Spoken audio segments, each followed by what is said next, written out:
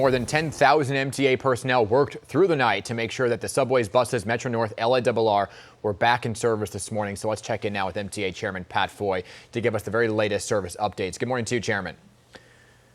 Dan, morning. Thanks for having me. Of course, thank you. So let's go step by step here, area by area. Let's begin with subway service. Temporarily suspended on all above ground lines. Where does that stand this morning?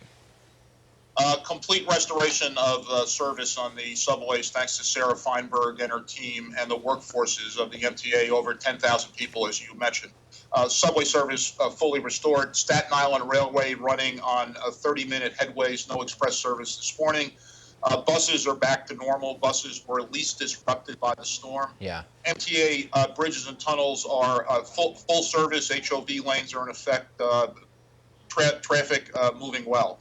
Okay. So last night we were. Get down. No. So let's go to the LIRR then. If the MTA is doing okay, subways are doing okay. LIRR service suspended on all branches. Long Beach and Far Rockaway have been restored as of this morning. How close is the rest of the service to being restored? What's the update there? We're getting there. Right now, the Port Washington, West Hempstead, Long Beach, Hempstead, Babylon, Far Rockaway, and this is news, the Ronkonkoma branch are operating. Weekend service. We're working on the Oyster Bay, Greenport, and Montauk branches, but this is really terrific news.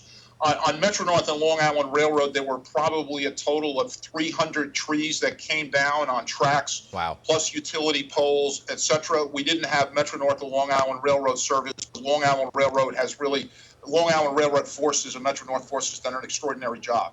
On MetroNorth, on the Hudson line, we're running regular weekend service. That's really good news. On the Harlem line, we're running from Grand Central to North White Plains. We expect to be able to extend that service northward to Mount Kisco in the hours ahead. We'll be reporting to our customers and the media.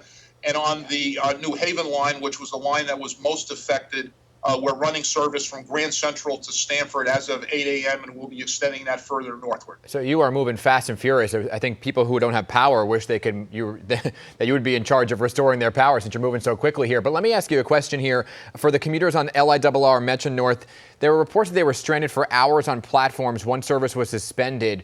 Why wasn't bus service made available to them?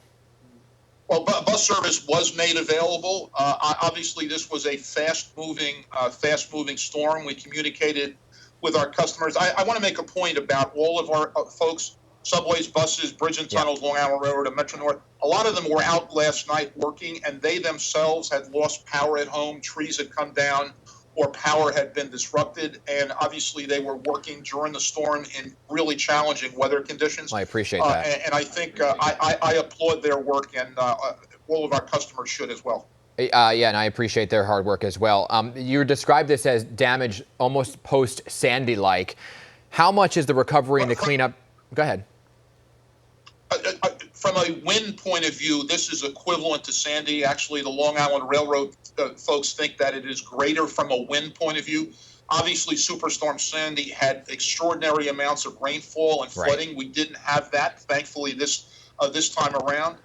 This is going to be a costly endeavor. Since you've asked the question, Dan, we expect we'll seek federal reimbursement. And obviously, in addition to that, we're seeking federal funding as a result of pandemic-caused financial losses, reductions in toll and fare revenue, and reductions in taxes and subsidies that the legislature has put in place over a period of years. That amount is $12 billion, which would cover the rest of 2020 and our losses into 2021 caused by the pandemic. And do you have a dollar amount for the cost of cleanup or not yet, because it's just still ongoing? I don't. We'll get through the incident first, which is our first priority. Obviously, this is going to be a costly undertaking, but I don't have an estimate at this point. And obviously, given the 300 trees that are down on MetroNorth and Long Island Railroad and the damage to the subways, especially the elevated lines, this will be a costly undertaking. Yeah, and I understand there were more than just trees. There were pieces of debris and fences that fell as well that had to be cleared out of the way as well. I want to ask you, because every time there's a storm or a problem, there is a lesson learned here. So was there a weak point in the system that you kind of learned about from this storm that maybe you could fix moving forward?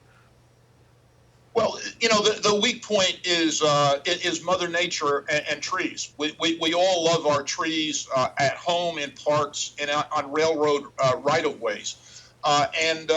for the most part, trees stay where they're planted. In an extraordinary weather event like this, we know that trees will come down.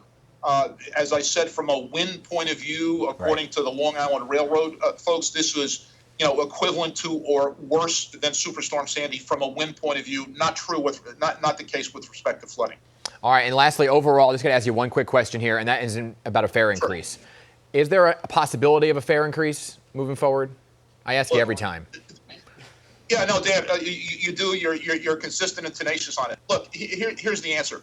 We're seeking $12 billion in federal funding to deal with pandemic-related financial losses. We are all in getting that funding. Senator Schumer and the New York congressional delegation support it. If we don't get that funding, everything has to be on the table. We do not want to institute a pandemic-related fare increase or toll increase, but everything has to be on the table. We hope to avoid those unnecessary choices, those unpleasant choices, by getting federal funding. But we'll keep you posted as we go forward. I appreciate your honesty and your answers each time. I know I could ask a repetitive question, so I appreciate it. No problem, Dan. Thanks. And thank you for all the workers that are out there clearing the tracks and getting everybody back up and running. It is worth noting.